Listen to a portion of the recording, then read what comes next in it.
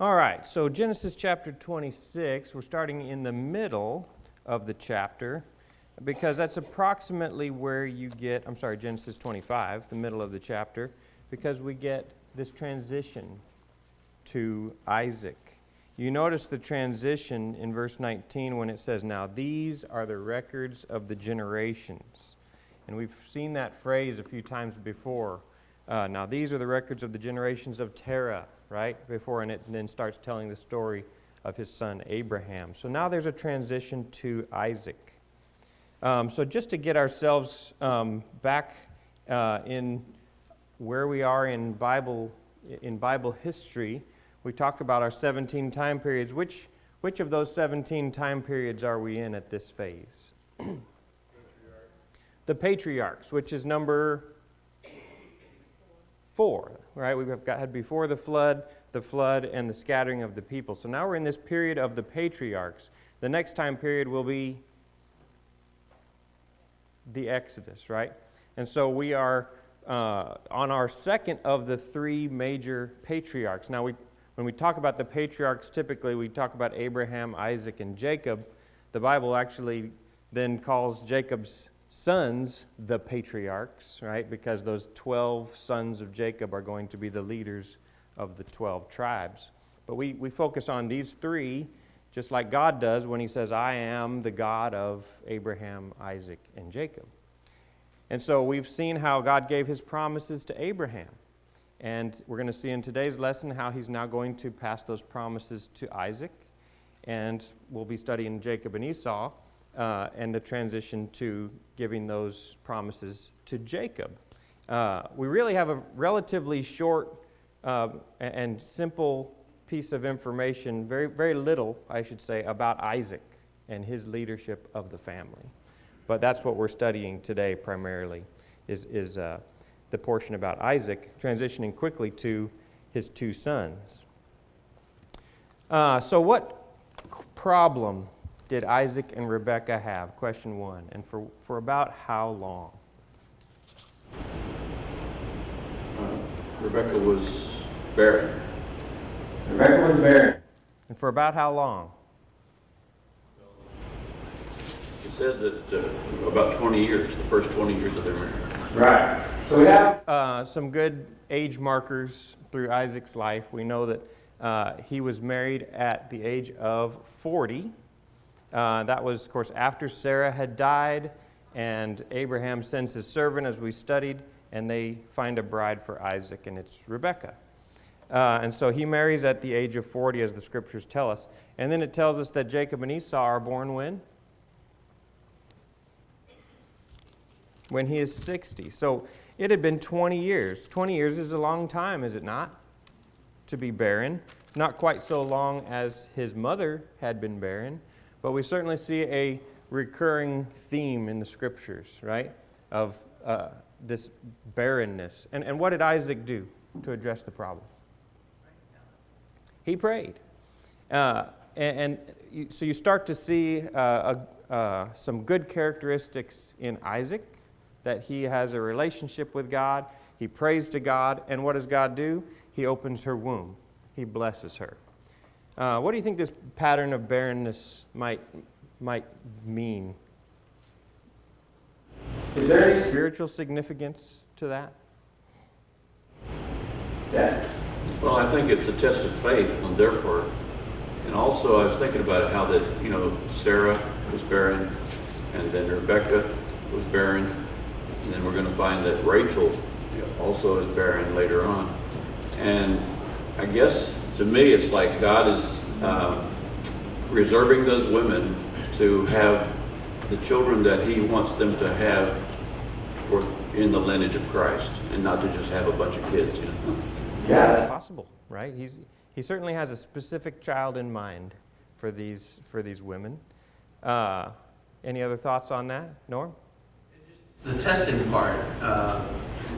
There's a lot of things that can test our faith, but in particular for women, especially then. It's one thing for the man to be tested from the standpoint of, I got this promise out there, but having children for the women, at that period of time and today is just so much beyond, and so it's like the ultimate test in this particular case. Sure. Yeah, you think about the promises given, they have a lot to do with your family, right? At this point, the specific information that these men have is that they're going to receive a blessing from God, and it relates to having a big family. And so that specific promise is then what God tests, their trust in that. We saw it with Abraham and how he failed that test multiple times, going to Hagar, and before that, thinking, well, maybe it's Eliezer, this servant in my house. And so there's this test. So when God gives a promise, he wants to know that you believe that promise. And so here it is again. He doesn't give Isaac a child right away. But he prays, he goes to God, and then he receives that blessing. So we should be the same. Do we trust in the promises of God? I don't see this promise fulfilled in my life. Do I turn against God? Or do I cling closer to God? Do I pray to him and trust that he's going to fulfill his promises? Now, one more note about the ages here, and it was brought out in the Waldron book. It's interesting to use the math to figure out where's Abraham in this story. So we've got lots of different age markers, and it helps us see that Abraham isn't gone yet. Yes, in the story we already read about Abraham's death. But has Abraham died when Jacob and Esau were born?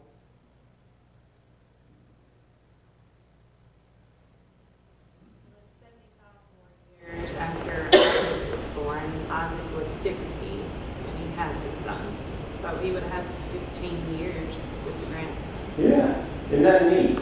So Abraham lived to be 175, but his grandsons were born when he was 160. So he had 15 years or so to watch those boys grow up.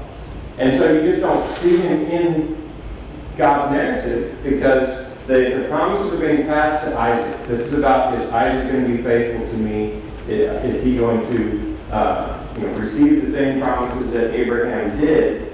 And Brother Waldron kind of brings out that they're in the process of finding a bride for Isaac, there's somewhat of a transition of leadership to Isaac over the family. Right? He receives Rebekah, and then it's about, is Isaac going to be faithful to God? But it's good to notice that, and that the Bible doesn't always tell the story in the order of the events. So it's sometimes a little out of order. So, question 2. Of course, Rebekah conceives, and she's now got twins in her womb, and so she receives a prophecy. Explain the significance of the prophecy. Now, before I get your answer to that question, let's just notice what happens. It says, of course, Isaac prays and she conceives, verse 21. Verse 22, but the children struggled together within her. And she said, if it is so, why then am I this way? So she went to inquire of the Lord. The Lord said to her, 2 nations are in your womb, and 2 peoples will be separated from your body, and one people shall be stronger than the other, and the older shall serve the younger. So what's the significance of that prophecy?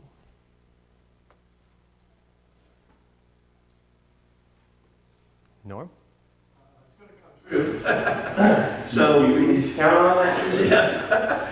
And the other thing is Rebekah and Isaac seem to have learned something from Abraham's mistakes here. So this idea that they would go to God first in solution to their problems is a big deal. Yeah. And it's very different from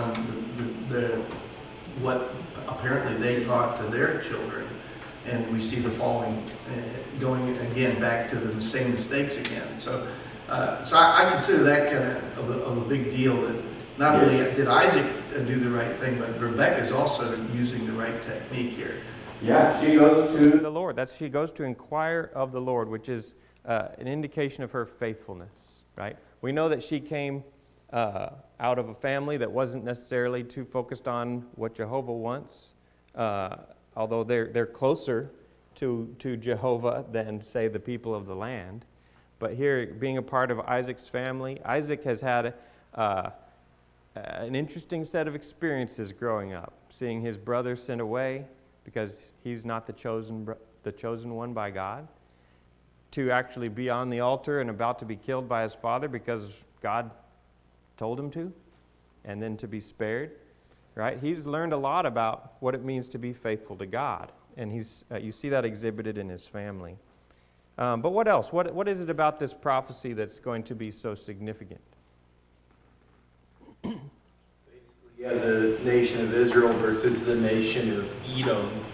And Edom will play a big part in Israel's future in a lot of different ways. They'll be there for quite a bit of Israel's history, so there's going to be contention between them for a long time. A long time. That's right. In fact, one of the quotations in Romans 9 is from Malachi chapter 1, where he says, Jacob I have loved and Esau I have hated.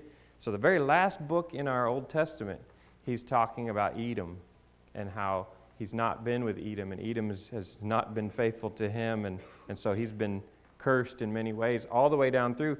Do you see any evidence of Edomites even in the New Testament? It's a little hidden because the name changes slightly. Herod, that's right. Herod was an Idumean, starting with an I. But that's just a form of the word Edomite. So these were Edomites. In the Greek culture, they started calling them Idumeans. So the Herods were Edomites, and so there was that connection between the Herod family where he kind of felt like he's kind of connected to the Jews because, sure enough, it goes back to Jacob and Esau. So yes, the Edomites are going to be a problem for generations. And so Rebekah has 2 infants fighting in her womb. That's something that must have been strange, right? Bonnie never bore twins, but there were times where she could feel that baby stretching out inside, and it's like, oh, that's pretty awkward. But imagine if there's 2 in there and they're actually going at it. And I was talking to the kids about it, and they're like, how could these babies have known anything to want to fight with each other? And we don't know. But, imagine sharing such tight quarters. But she senses and feels this battle going on. And it's a symbol of a struggle, a battle that's going to continue all the way down through time. And so it's God's will. It's foreshadowing a future. And then what happens with the birth? What happens at birth as a symbol for what's going to happen? Go ahead. Where's that? Jacob grabs Esau's heel. So he's grabbing onto the heel, right? And then what's his name going to be? Jacob, of course. And what's that mean? Supplanter, or literally one who takes by the heel, right? And so we get our word supplanter from this very concept, right? So they call him the one who grabs the heel. So why is he doing that? Why did God have that happen? Because the younger would, or I should say the elder would serve the younger, as it turns out in this prophecy. Right. Think about the idea of firstborn, right? When there's twins, who's the firstborn? It's the first one out, right? They may have been, they were conceived at the same moment, right? These are twins. But the first one out is the firstborn. And so this is a race. There's a struggle going on in the womb. Who's going to be first? And there's a race out into the world, and Esau wins the race. But imagine you're running a race, and you're neck and neck with this other guy, and you grab him. Is that fair? No, you're disqualified. You may win because you knocked him down or pulled him down, but you're cheating to try to get to first place. And that's what Jacob is doing. He's trying to slow down Esau to get to first place. And so that's why he gets this name, supplanter. He wants to take the place of the one who actually won. Esau is in first place. He's the firstborn. So there's that. So that's the significance. And so God explains it even before that happens at birth. He explains that no, the older is going to serve the younger. Is that fair?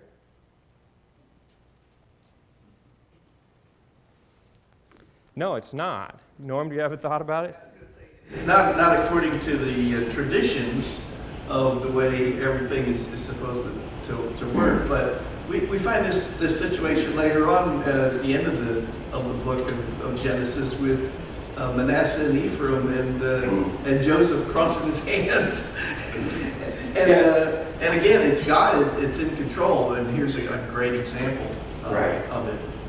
Yeah, the older serving the younger, or the choice of the younger one, or the choice of the one who didn't deserve to be chosen, is a theme that's going to continue on down through the Bible. Even like with Rachel and Leah, he wanted Rachel, we'll see that as we study later, but Leah's his first wife, and her firstborn son should have been the firstborn, the one to receive the blessing and the promises. But no, he's going to bless Joseph as the firstborn of the wife I really wanted, right? So there's a lot of unfairness that's going to be seen all the way down through. Do you see spiritual significance in that? What's the spiritual, how's that fulfilled in the new law? Norm P? Traditions of men are not equal to the wisdom of God. He doesn't care when you were born. He cares whether or not you are faithful. That's right. And we would have so very quickly taken everything that God wanted and then just tossed it aside for just all that because they were born first. And that tends to be our nature. And God's having to show over and over and over again through each generation, no, I'm the one that makes the decision.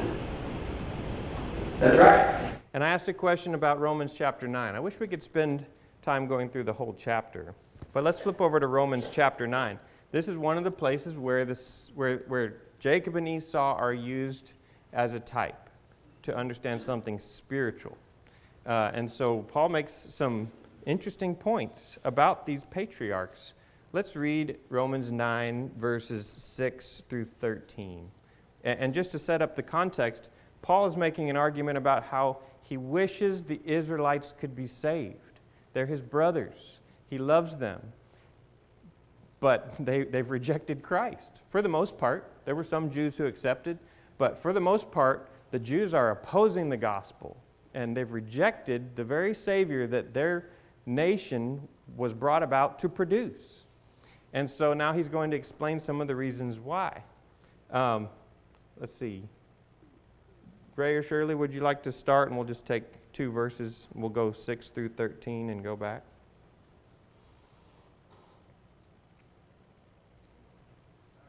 Romans 9, verse 6.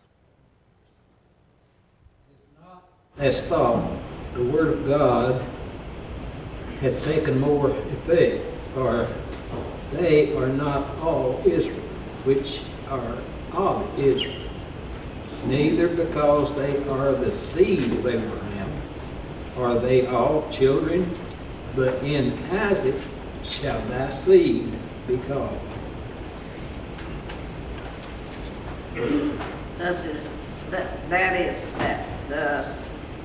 those who are the children of the flesh, these are not the children of God, but the children of the promise are counted as the seed. For this is the word of the promise. At this time I will come, and Sarah shall have a son.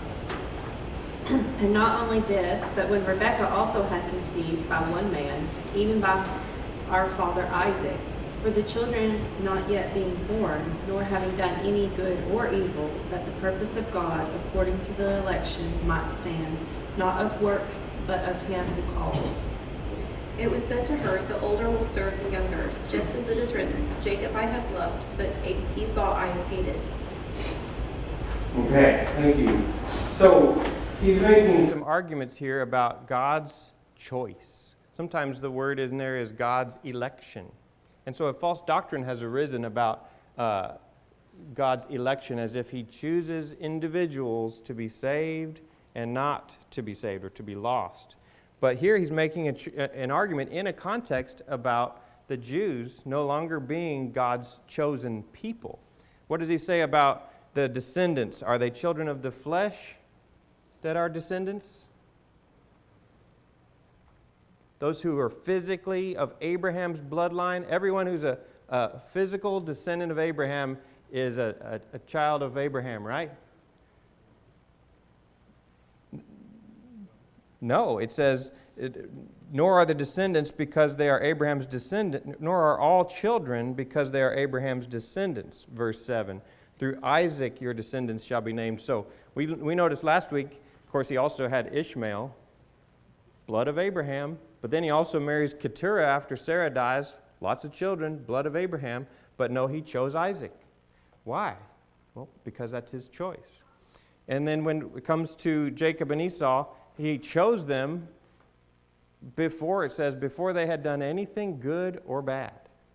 It's a good thing because if he's choosing between these two sons, which one's good and which one's bad, I think he might struggle because we're going to notice Jacob is kind of a liar. He's a deceiver. He's a thief. And so it's not about who's good and who's bad, but God chooses Jacob. And so the older will serve the younger. He says, Jacob I loved, but Esau I hated. In what sense did he hate Esau? Right? He loved him less. He loved him less. He didn't choose him. Right? And it wasn't that he chose Esau for damnation and destruction, but what did he choose him for? What did he say he was going to do?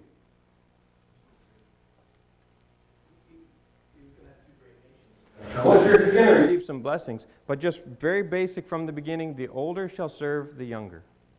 He should serve the younger. That's what he was chosen to do. Is that a terrible thing? Not for a humble man. For a humble man, you can serve anyone that God asks you to serve. And that's the expectation. Let's talk about question 4 a little bit. The second half, Isaac and Rebekah makes matters worse through some favoritism, right? What can parents learn from the favoritism of Jacob and Rebekah? It does, yeah. So there's this prophecy which could lead to some resentment, but then one parent likes one son, the other parent likes the other son. It exacerbates things, does it not? What else, April?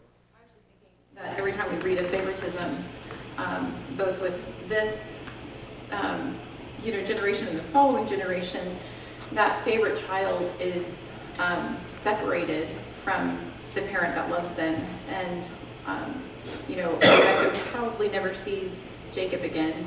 And, and with the story of Joseph, Jacob thinks he's never going to see Joseph again. And it's decades that he lives away from him because of this favoritism. So it just isolates them from their favorite. Yeah, it's certainly not the godly family that God wants us to have. Imagine, of course, we were talking about, did they know about this prophecy? Did the kids know? Probably. It doesn't tell us. Did Isaac know? Probably. It just doesn't tell us. But Rebekah definitely knew. I told the boys, I can't imagine getting a prophecy from God and not telling Bonnie about it. So I'm guessing both parents certainly knew. And just imagine the godly family and what they could have done, right? To sit down there, boys, and say, we received a message from God. The message is, even though it doesn't seem fair, Jacob is going to be chosen. And Esau, you're not chosen, even though you were born first. God chose. God made a choice. And we need to honor that choice. Imagine the godly response that could have come about if Esau says, well, that's fine. If God chose that, I'll do what God expects. And if Jacob said, well, I haven't done anything good or bad to deserve this. I've just been chosen to do this job. I'm going to do it humbly. I'm going to lead this family faithfully. So we're going to serve God. Imagine the positive dynamics that could have come as a result of just good parenting. Sitting down and talking about what does God expect our family to do? What would be a righteous response to God's will? And that's what we need to be doing with our families. This is what God expects. We're not going to do these evil things. We're going to do these faithful things and serve God. And we want to pass that mindset down to our children. But instead they pass down this mindset of favoritism. And like April mentioned, Jacob's going to have a favorite. And it's going to cause strife in his family. And Rebekah loses her life time with Jacob because she has to send him away because of this ungodly behavior. So, first part of the question, how were Jacob and Esau different that led to some of this favoritism? Shirley? Esau was a skillful hunter, and he liked, the man on the field, and Jacob was a quieter man, and he stayed in the tent. That's right. It's an interesting word choice. Sorry, I'm still in Romans. Let me flip back. How does it describe Jacob, along with the fact that he dwelled in tents? He was a plain man. A plain man? What translation is that? I'm just curious. Just King James. King James? Okay. The New American Standard uses the word peaceful man. A peaceful man. And in the margin it actually says complete man. Interesting choice there as well. Any other words there to describe him from other translations? King James was mild. A mild man. Okay. So he's not the hunter. In fact, it's pointed out that Isaac is the first one who's mentioned that actually farms, right? We're going to see in the next chapter he sows and reaps, where previously they had been shepherds, animal keepers. And so there's much more of an economy growing around Isaac's tent, wherever he dwells. And so I guess it's careful, and Bob Waldron does a good job bringing out that we should be careful not to just assume that Jacob's a mama's boy in there washing dishes with his mama. Or that's not in the text. It says that he dwelled in tents. All these men dwelled in tents, but he was a peaceful, mild man who didn't go out and hunt, as opposed to what Esau did. So when Esau's out hunting, he's away from the family, right? That's kind of a solitary life out on the range. But Jacob is with the family. And so Jacob would naturally be much more interested in the family business. And sure enough, when it comes time to want that birthright and want that blessing, he's after it. He wants the leadership of this family. And whether or not that's because he also knows that's God's will is not revealed to us, but he wants it. So they are different men. Of course, they're different physically. Esau is hairy, he's red, and he's, of course, as a hunter, he's a skillful hunter. So that contributes, right? Isaac has a taste for game. So he likes that boy who brings home game. And Rebekah is also in the tent, and so she develops this relationship with Jacob. Certainly should not have resulted in this favoritism. Interesting, that quotation of God, Jacob have I loved, but Esau have I hated. Who else could have said that? That's Rebekah, right? Rebekah chose Jacob. And there is an alignment there between Rebekah and God. And so she's made the right choice, but it shouldn't have borne out in some kind of attitude of dislike toward her son Esau. It's going to cause problems. All right, so question 5. In what way did Esau despise his birthright? I meant to give you a chance before I pulled up these details. In what way did he despise his birthright? Notice that word. It's very common in most of the translations that we use. Thus, Esau despised his birthright. These other translations, in this way, Esau scorned his birthright as beneath his notice, showing just how little he thought of his birthright, or showing how little he thought of his rights as the firstborn. Or so Esau treated his birthright as if it was worthless, or he's indifferent to the loss of rights that he had thrown away. So let's talk about what happens. Jacob takes this birthright from his brother, but how? For food. Esau comes in from the field, he's been hunting, and he's hungry. How hungry is he? He's very hungry. I think the words there suggest that he's starving. And we exaggerate. Our kids say, "Dad, I'm starving." You're not starving. You had lunch 3 hours ago. but he's starving. Right? So he's truly famished, right? And so Jacob, who is making this soup, sees an opportunity. And he says, when Esau asks for some of that red stuff, and then he gets the name Edom as a result for the guy who asked for some of that red stuff, Jacob says, first, sell me your birthright. And what's Esau's response?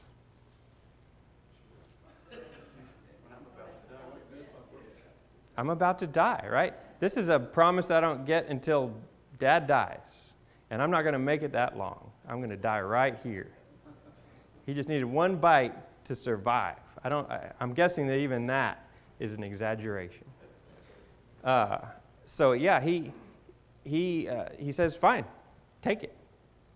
And you see this description here, looking at some of the other ways this idea of despising your birthright can be translated. So what does that show us about Esau?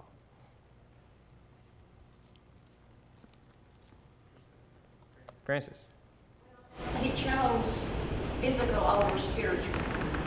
He was not as strong as he should have been. Even though it was the outcome that God wanted, how could you look at a man that would give up such a gift that he had for just a physical time? And that's what we do if we give up Christ, after we put him on, and we give him up because something's happened in our life that we feel like we're going to live here, and we don't think about the hereafter. And a lot of people will put themselves in the same situation, whether it's food they want to survive here, or if it's a relationship or whatever. They choose the physical over the spiritual. Very well said. Choosing the here over the hereafter. Yeah, Norm, what would you add? He's the perfect example of somebody that's just living in the moment. I mean, just going from one moment to the next in his life, whatever the urge is right now, I gotta scratch that itch right now. Yeah. And whereas you think of the peaceful, quiet man contemplating in the tent about how to get what I want is a very different personality. Sure, absolutely. And the birthright. What does the person with the birthright receive? A double portion, right? So if there's 2 sons, instead of splitting things 50-50, you split things up 3 ways, and the older boy gets 2 of them. That's the double portion that Esau was to receive. That's valuable. Did Isaac, was he a poor man? We're in chapter 26, we definitely see how wealthy he was. So much that the Philistines feared him and said, you need to move away. You're a problem.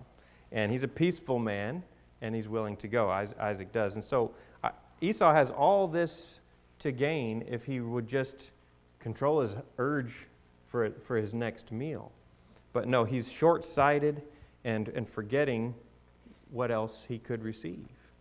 And I asked you about our birthright. Do we have a birthright that we may sometimes despise? How is it a birthright?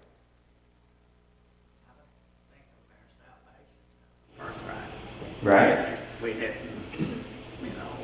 obey and keep doing what, then we would be despising her. Right. And am I talking about being born American citizens? Or being born a certain race? Or from a certain family? No, we're talking about our rebirth. Right? We are born again into Christ. Norm? The firstborn of the dead, and if we are in Christ, then we're in the firstborn of the dead. We are sharing in that firstborn, which is what Esau gave up. That's right. And if you want to flip over to Hebrews 10, I asked you the question, what's the outcome if you do despise your birthright? Because Hebrews 10 it talks about this idea of despising. It doesn't use the word despise. Hebrews 10 talks about if we go on sinning willfully after receiving the knowledge of the truth, there no longer remains a sacrifice for sins, There's nothing else that you can hope for that's going to save you if you reject the one thing that's been given to save you. Verse 27, but a terrifying expectation of judgment and the fury of a fire which will consume the adversaries.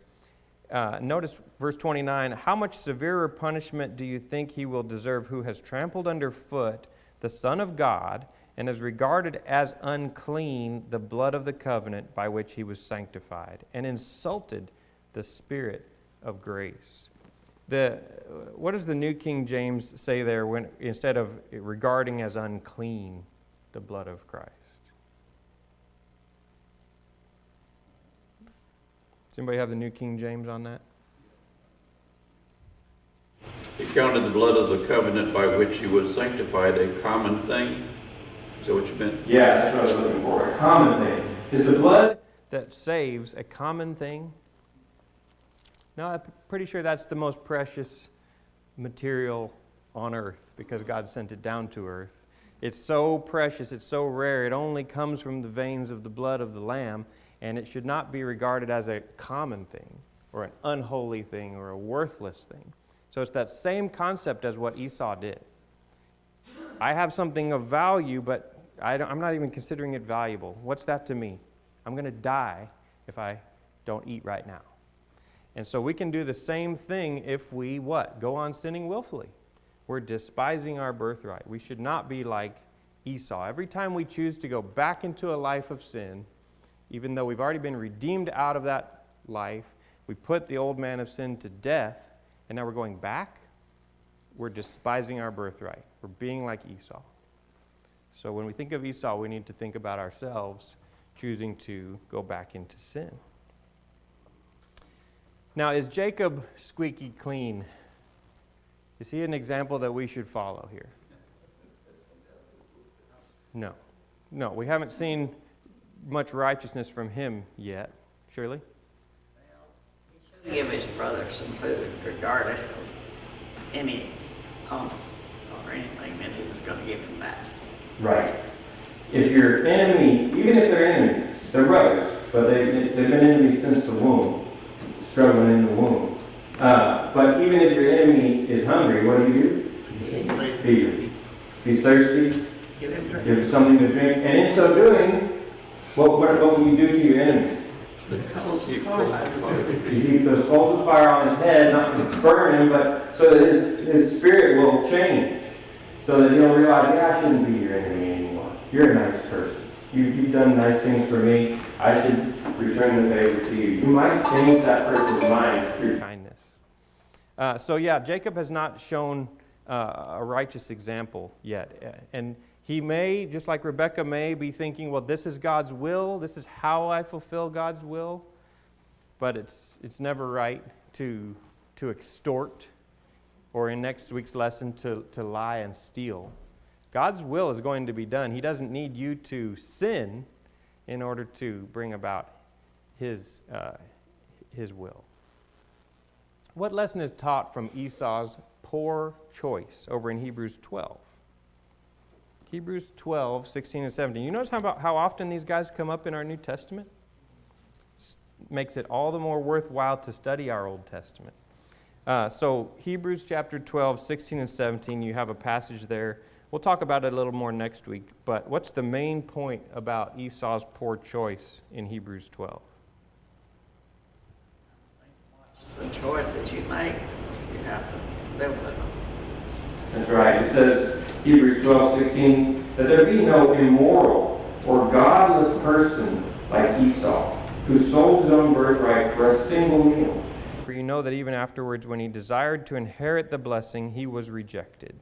For he found no place for repentance, though he sought for it with tears. He's warning us not to be what type of a person?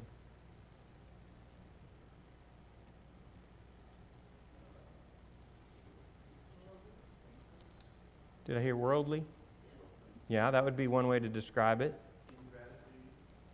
Ingratitude. We talked about this a little bit, the short-sightedness, like Francis said, the here versus the hereafter. But it's interesting, he talks about the immoral or godless person. We don't know about Esau's immorality much yet, but he's talking here about that word immoral in verse 16 is the sexually immoral. how is a sexually immoral person behaving like Esau? No. Utterly and totally self-serving. Right? And that's kind of, Esau's the epitome of that. Whatever serves me, myself, right now, all I care about. Right now. Fulfill it now, and I'll be good. Other than that, I could care less. Every time we fall into that sin, we should be careful not to fall into that sin. Think about Esau eating that single meal. If I could just have this single meal, whether it's fornication, whether it's adultery, whether it's pornography, all those terrible sexual sins are that single meal. If I could just have this single meal, but you're giving up a relationship with God when you do that. And we may end up like Esau, who is seeking for a change in his father's mind. Just allow me to have entrance into your kingdom, Father. But will God change his mind? No. It's like those foolish virgins who weren't prepared, and then they're knocking to get in, and the answer is, I told you what to do, and you didn't do it. Right? Just because you say to me, Lord, Lord, now, it doesn't matter. You didn't do the things that I said. And so he's not going to change his mind. He's not going to, some people are counting on the grace of God to save them on the judgment day.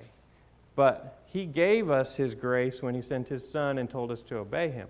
And so we can't reject him and then say, well, I'll make it into heaven by the grace of God. No, there's no grace on the day of judgment. The judgment is, are you in Christ? Because that's where forgiveness is found. Was there a comment? Consequences. God, the way He set up creation, there are consequences for our actions, not only here, but also eternally. And again, we forget that when we are prioritizing those decisions. That's right. So we didn't get all the way through. We've only got about a minute left. Isaac receives the promises that were given to Abraham. What was the reason, though, that he said he was going to give him these promises? Because of the faith of Abraham. Right. Because of Abraham. So Abraham's faith is now bearing fruit into the next generation. That's right. He receives all the same promises, in, the nation, the land, and the seed that's going to bless all nations. We see that Isaac falls into the same trap that his father fell into by lying about his wife being his sister, and that shows a lack of faith, and he forgets the fact that God had also promised to bless him, and he thinks that he needs to protect his own life through lying. And Abimelech recognizes that. He sees that Isaac has been blessed by God, and then we'll talk a little bit more about Esau's marriage next week. All right, class dismissed.